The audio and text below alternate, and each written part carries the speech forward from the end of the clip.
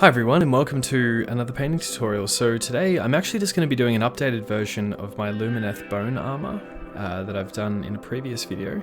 So the colours we're going to be using today are Screaming Skull, Wraithbone and Vallejo Game Colour Dead White. So as you can see, I've got the colours prepared here: Screaming Skull, Wraithbone and the Dead White. And this is going over a base coat of 1 part Skeleton Horde contrast paint to 2 parts contrast medium.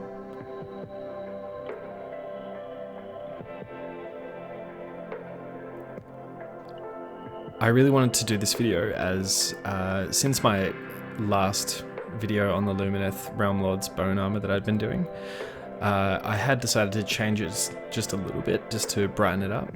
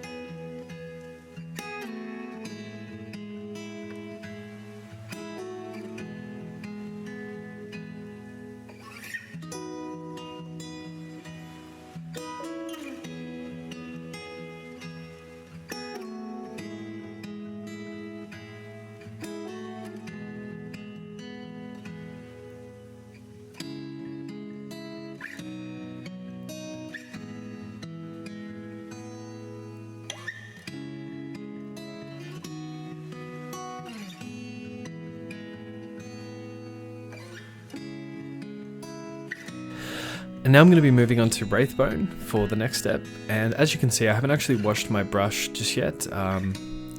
Didn't really feel as though it was necessary, as I don't really mind if the colours wet blend together.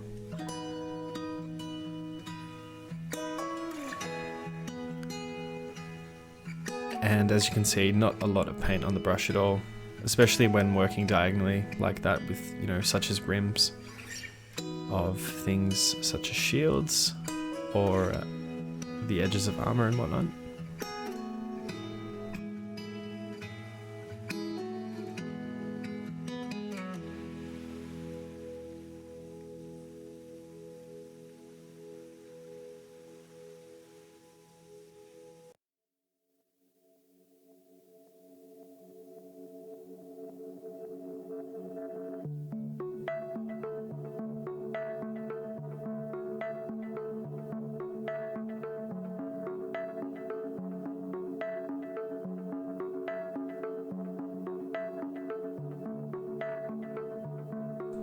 One thing I should mention as well, for those who don't actually own a wet palette, one of the greatest things I've found with them so far, I've been using one for, I'd say, over a year now roughly, maybe a little bit less, I'm not too sure.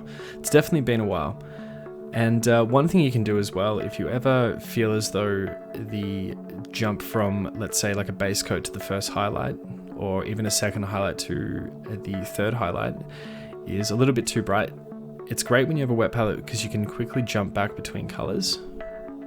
For example, if I applied the Wraithbone over the Screaming Skull and I felt as though it was too bright, I could very easily just jump back, grab some of the Screaming Skull, or even some of the Wraithbone as well, and mix it together in a separate pool. and go back and correct it, even whilst the paint was still wet, of course. Wouldn't really matter either way if you either allowed it to dry or if you quickly applied it as well, especially considering, as you can see, and as I've mentioned previously, there's not a lot of paint on the brush.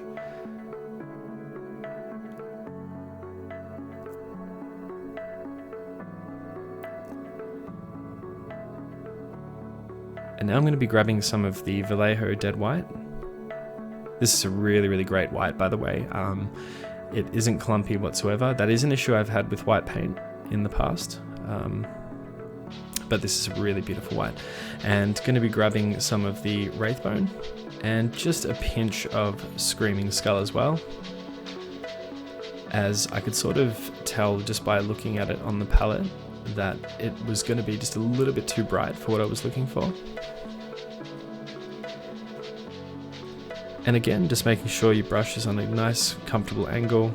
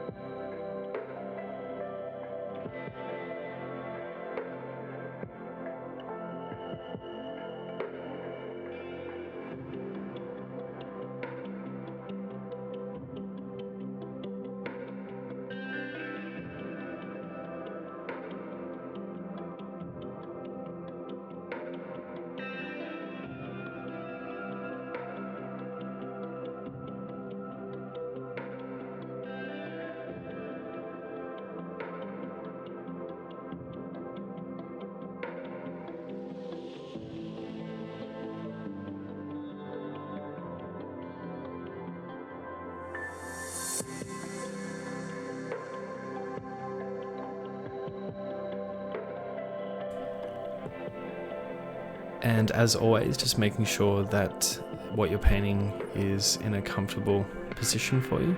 Now, for me personally, I don't actually tend to paint miniatures in sub-assembly beyond something like a shield, for example. As for me, I tend to find it a little bit more difficult to glue the parts together once the paintwork is done without actually damaging the paintwork. I'm not sure if this is an issue for others, or if it's perhaps, I mean, I'm sure it is probably for someone else out there. I wouldn't be the only one. But let me know in the comments how you tend to paint your miniatures, if you paint them fully assembled or if you paint them with some of the parts separately. I'd be interested to hear.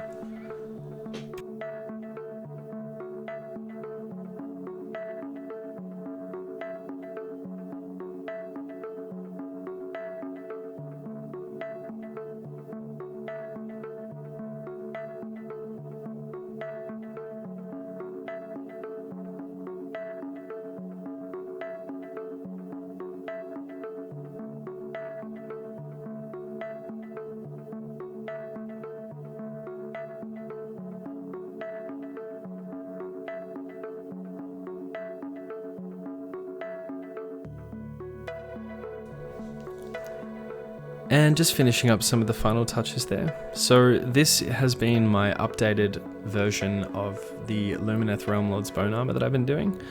So I hope that you find this tutorial helpful today in achieving a similar sort of bone colour. And here is one of my finished miniatures. And thank you so much for watching. I'll see you in the next one.